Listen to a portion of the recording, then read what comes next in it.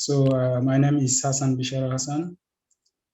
I'm from Chad and I'm a young ambassador for the F Project, which is an environmental collaborative program supported by UNESCO and the International Institute of Geoscience. So I would like to ask you to introduce yourself too. Thank you. Okay, so my name's John Gluyas, and like you, I'm a geoscientist. I spent much of my career initially in industry, but in 2009 became the first professor of geoenergy, carbon capture and storage at Durham University in England. Wow, thank you very much. It's an honor to be having this interview with you. You know, you have a very busy schedule, but nevertheless, you accept to give us this opportunity to ask you some questions. We are grateful and thank you a lot for that. You're most welcome. I hope it's of some use. So our interview today is concerning firstly the celebration of the World Environment Day.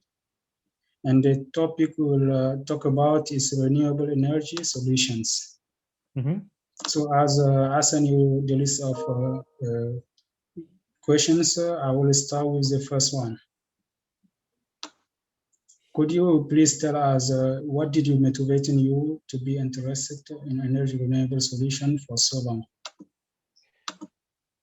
I think it comes from being a geologist. Being a geologist, you're keen to understand how the Earth works. And also being a geologist, you're acutely aware of the resources that humans use to sustain and develop society. And I suppose it started initially with reading and then learning more about the potential for climate change, climate science.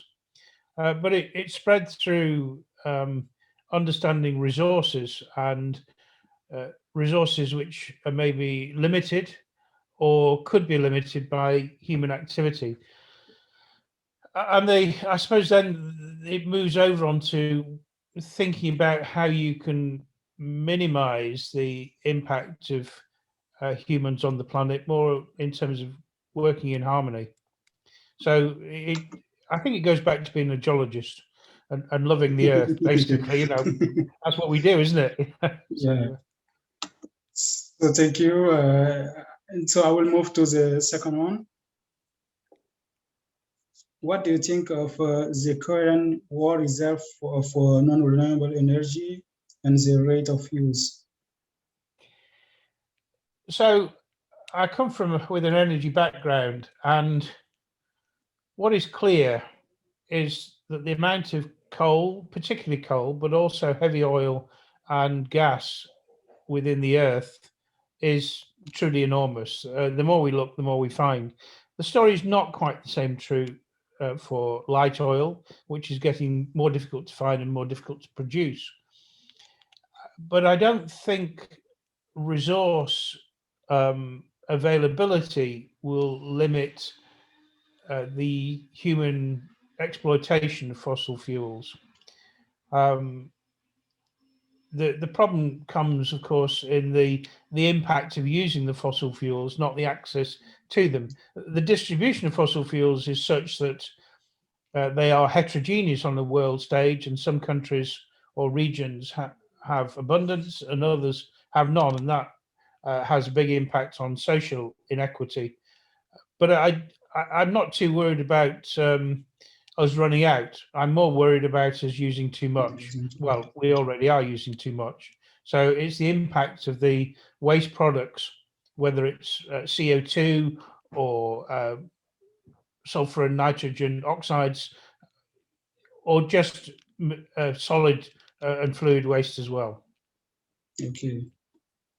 So please, for the third one, what are the most interesting renewable energy sources to develop at the present time? Okay, so I'm going to start this by saying there's no silver bullet. There isn't one energy source or technology which will work equitably for everyone and have no impact on the planet. There is always a downside. So in a sense, some of the more exciting possibilities are very mundane, and they are use of materials for insulation. For Chad or Central Africa or places like that, it's keeping homes cool. For the northern countries, it's keeping them warm. And so the passive use of the use of materials for passive heating, cooling is very important. Put that aside, that and use less energy aside. What I think one of the most exciting things for me is working on what's called CO2 plume geothermal. CO2 plume geothermal is simply circulating dense phase CO2 from deep within the earth to the surface in a closed system. But in doing so, it's much better at harvesting the heat from the subsurface than water. So much more efficient geothermal system than using water.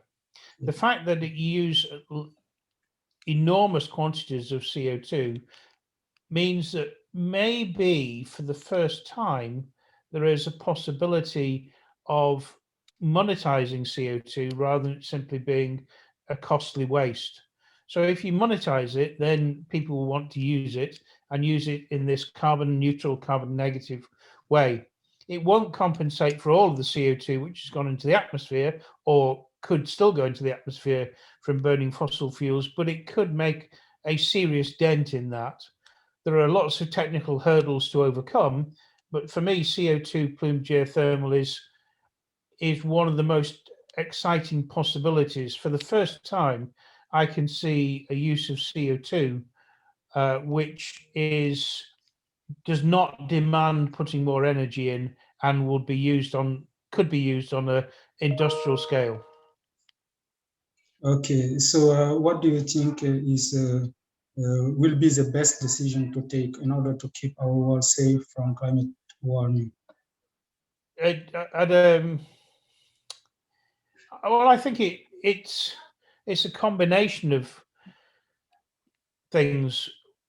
One item that strikes me as very important is to think of things locally. Some of that's come about from me working a great deal on heat, and heat or cool doesn't travel very well. Clearly, it degrades quite quickly. So you need to think on a city scale or smaller. But that set me thinking, if communities can deal with their own waste products from energy use, then we've got millions of tidy up projects around the globe. If we rely upon the state to supply everything, electricity or gas or fuel or whatever, then you're sort of detached from the impact of that fuel. No one thinks when they fill their car up what it's taken to put the petrol into the car, which is a massive chain of events, some of which are extremely polluting, others of which are not. So I think starting to think more locally, it's not always possible. There are some things which are very difficult to substitute, but there are a number of things we can do locally, such as passive housing, which would make a big impact. In the UK, for example, which is where I do most of my work, half of all energy used is for keeping people warm at home. And that energy is almost exclusively fossil fuels at the moment, mostly gas piped from the North Sea or elsewhere in the world into people's homes to be burned. We could displace that gas entirely with very low grade geothermal energy, some of which comes from reusing water which is flooded into old coal mines. We have 23,000 of them. It's a delightful example of upcycling or circular economy. So the UK, if it wanted to, and it would cost, but if it wanted to, at a political level, could decarbonize heat and therefore knock about 33% off its annual emissions of greenhouse gases. And so I think there are these things, but it works on a local scale. Each town, each city, each region would be its own entity. So I think that thinking locally for me is one of the keys. When we let's just say, when we throw trash out, we potentially get, we do things for our neighbors or our local community. If it's on a global scale, if I throw my trash out, someone in Chad can pick it up. It doesn't work like that. So you think locally and think of your community. I think that's the beginning anyway. Yeah, that's it. And please, our last question. What do you think is an action someone can take today, right now, after they watch this interview to help the environment? Well, again, I think it comes down to if you take something you do every day. I don't know. I don't drink coffee, but a lot of people drink coffee. Yeah. They buy a coffee in a disposable cup.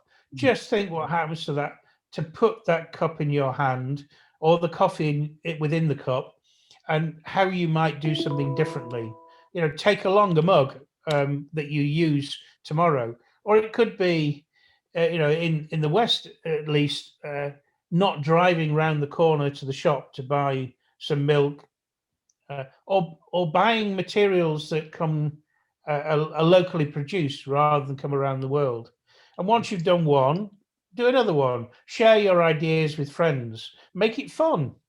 One of my daughters did a great project for school for exams on looking at the miles that fruit and vegetables travel to get to the supermarket. It's astonishing. Just read every label. This comes from Brazil. This comes from Kenya.